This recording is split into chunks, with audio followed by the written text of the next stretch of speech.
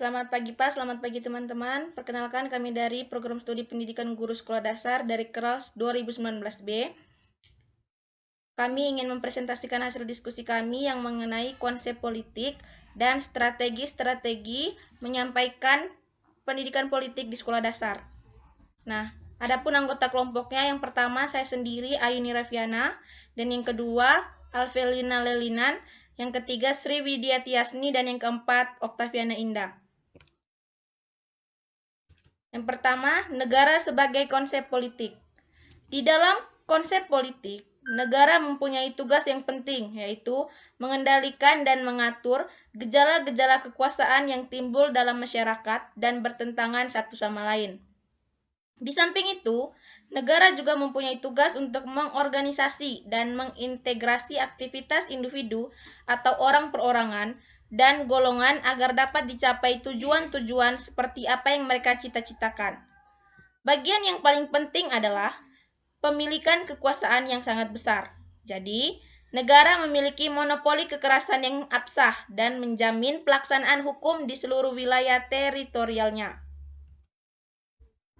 Negara sebagai konsep politik telah terwujud apabila telah dipenuhinya 3 unsur konstitutif sebagai kesatuan politik, yaitu yang pertama penduduk, yang kedua wilayah, dan yang ketiga pemerintahan yang berdaulat.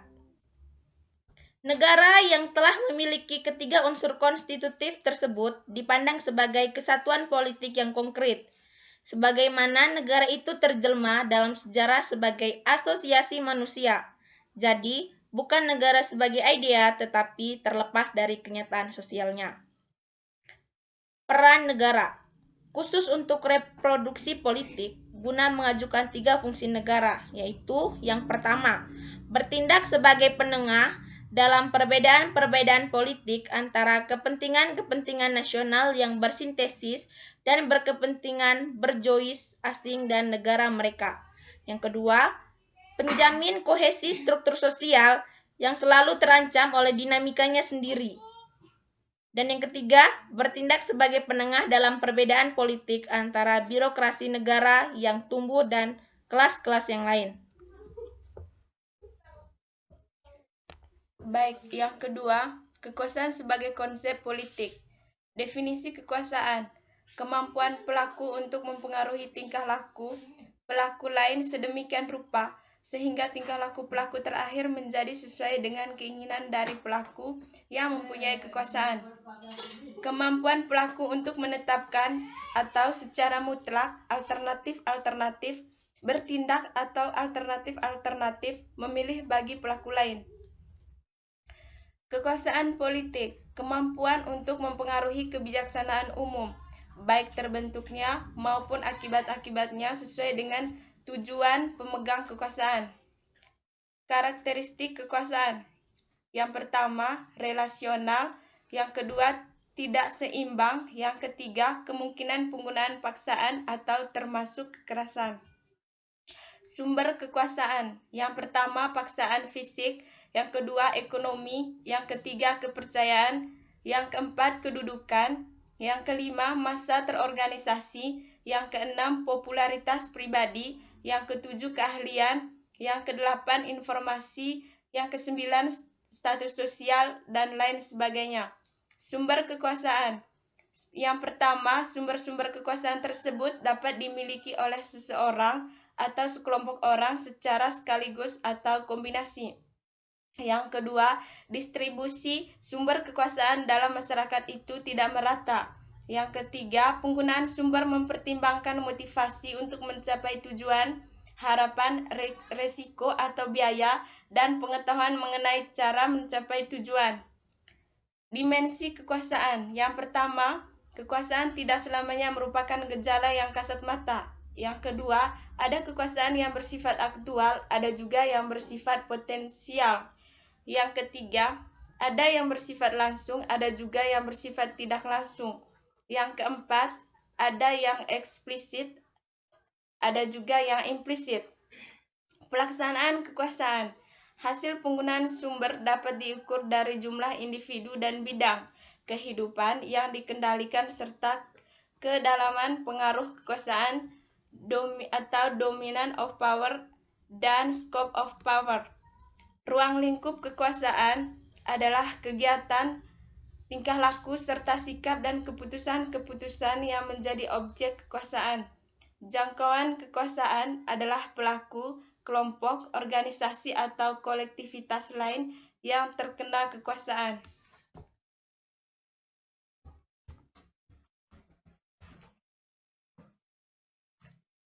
Yang ketiga, musyawarah sebagai konsep politik.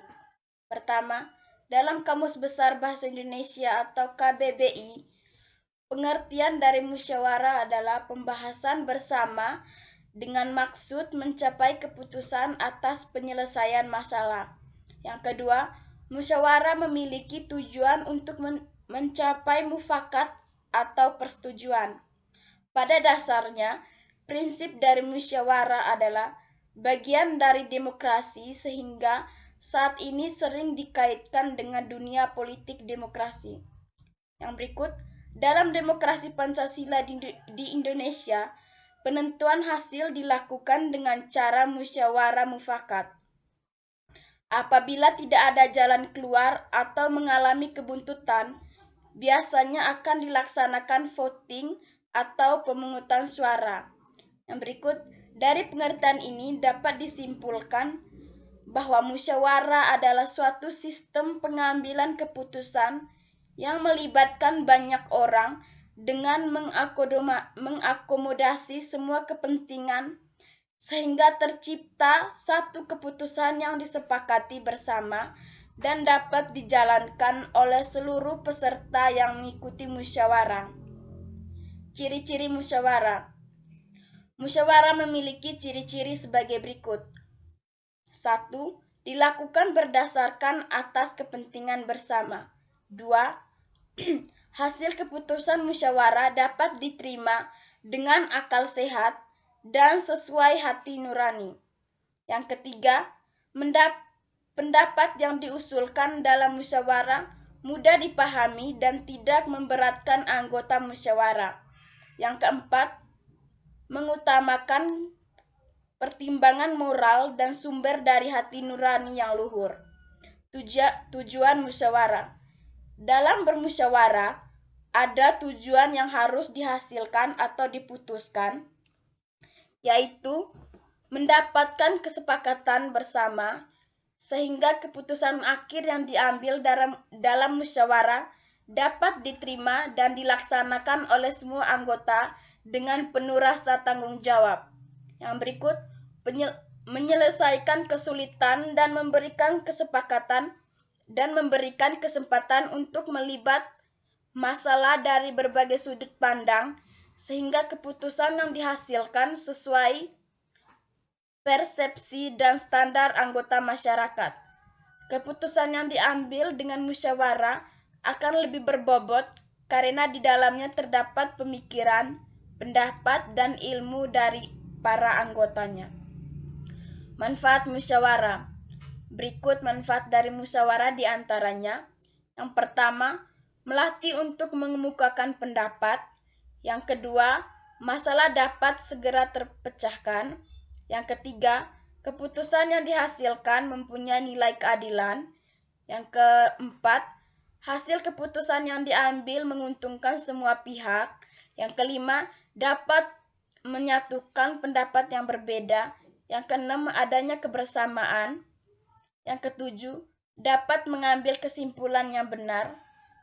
Yang kedelapan, mencapai kebenaran dan menjaga diri dari kekeliruan. Yang berikutnya, menghindari celaan dan terciptanya stabilitas emosi. Prinsip-prinsip musyawarah. Proses musyawarah tidak dilakukan dengan begitu saja, melainkan harus memiliki pedoman yang wajib ditaati saat melakukan musyawarah. Prinsip-prinsip tersebut antara lain, pertama, musyawarah bersumber pada paham sila keempat Pancasila. Yang kedua, setiap keputusan yang diambil harus dapat dipertanggungjawabkan dan tidak boleh bertentangan dengan Pancasila serta UUD 1945. Setiap peserta musyawarah mempunyai hak dan kewajiban yang sama dalam mengeluarkan pendapat. Yang berikut, setiap keputusan, baik sebagai hasil mufakat maupun berdasarkan suara terbanyak, harus diterima dan dilaksanakan. Dan yang terakhir, apabila cara musyawarah untuk mufakat tidak dapat dicapai dan telah diupayakan berkali-kali, maka dapat digunakan cara lain, yaitu dengan mengambil suara terbanyak atau voting. Yang keempat, hak asasi manusia dalam politik. Hak asasi manusia dalam bidang politik adalah hak asasi manusia dalam bidang politik atau pemerintahan. Hak asasi manusia yang dimaksud di sini seperti hak seseorang untuk memilih atau dipilih dalam suatu pemilihan umum. Hak politik dimiliki semua warga negara Indonesia. Implementasi hak asasi manusia dalam bidang politik dijamin secara konstitusional. Menurut pasal 28 Undang-Undang 1945 dikatakan bahwa kemerdekaan berserikat, berkumpul, mengeluarkan pikiran dengan lisan dan tulisan dan sebagainya ditetapkan dengan undang-undang. Lebih lanjut dijelaskan di pasal 28D ayat 3 dijelaskan bahwa setiap warga negara berhak memperoleh kesempatan yang sama. Pasal 28E ayat 3 menjelaskan pula bahwa setiap orang berhak atas kebebasan berserikat, berkumpul, dan mengeluarkan pendapat. Hak asasi manusia dalam bidang politik.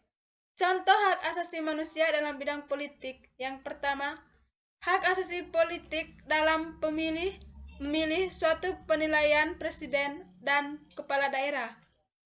Yang kedua, hak asasi politik dalam dipilih dalam pemilihan, contohnya pemilihan bupati atau presiden. Yang ketiga, hak asasi politik tentang kebebasan ikut serta dalam kegiatan pemerintahan. Yang keempat, hak asasi politik dalam membuat organisasi-organisasi pada bidang politik. Yang kelima, hak asasi politik dalam mendirikan partai politik. Yang keenam, hak asasi politik dalam memberikan usulan-usulan atau pendapat dalam usulan petisi. Nah, pelanggaran HAM dalam bidang politik. Contoh pelanggaran hak asasi manusia dalam bidang politik yang sering terjadi di Indonesia adalah mengambil harta rakyat dengan sengaja atau mencuri, atau sering kita dengar dengan korupsi. Nah, korupsi marak terjadi di Indonesia dan sering terjadi di pemerintahan Indonesia.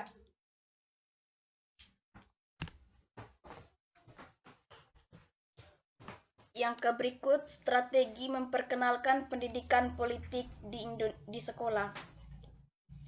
Wahana 1, mata pembelajaran ilmu sosial dan kewarganegaraan yang mencakup pelajaran PPKN, sosiologi, sejarah, dan pelajaran ilmu sosial lainnya.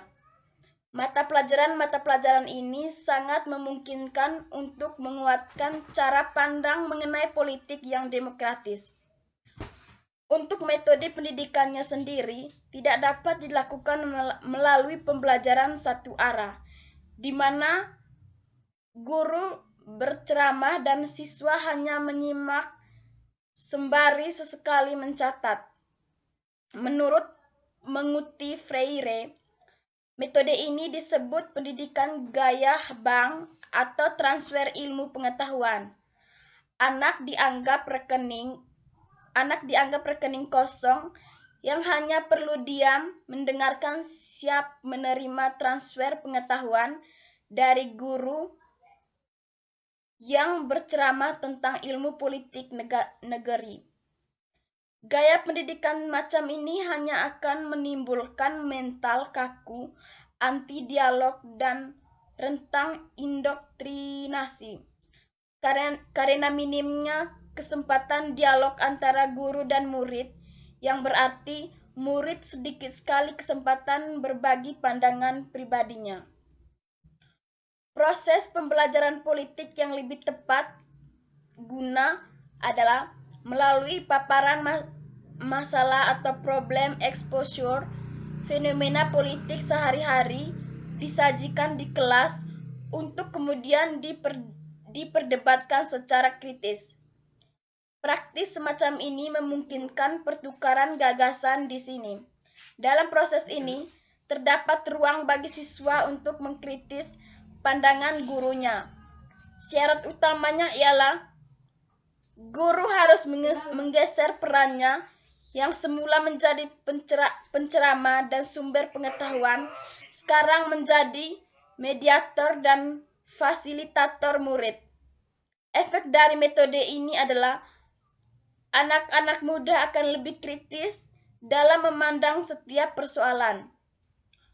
Pola pikir kritis memungkinkan generasi muda untuk menyaring dan mempertanyakan kebenaran dari setiap informasi yang diterima, yang artinya berkaca dalam keadaan saat ini, generasi muda akan lebih kebal kabar palsu atau sesat atau hoaks.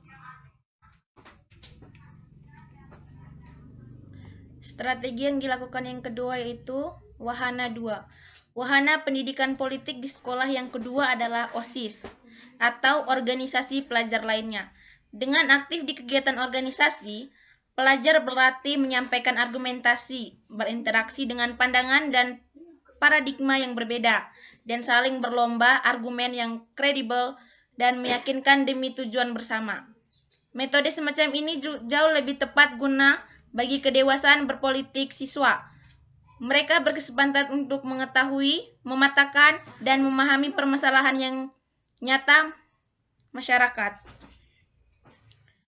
Nah, demikian akhir presentasi kami. Semoga bermanfaat untuk kita semua. Semoga apa yang disampaikan kami dapat bermanfaat bagi kita semua.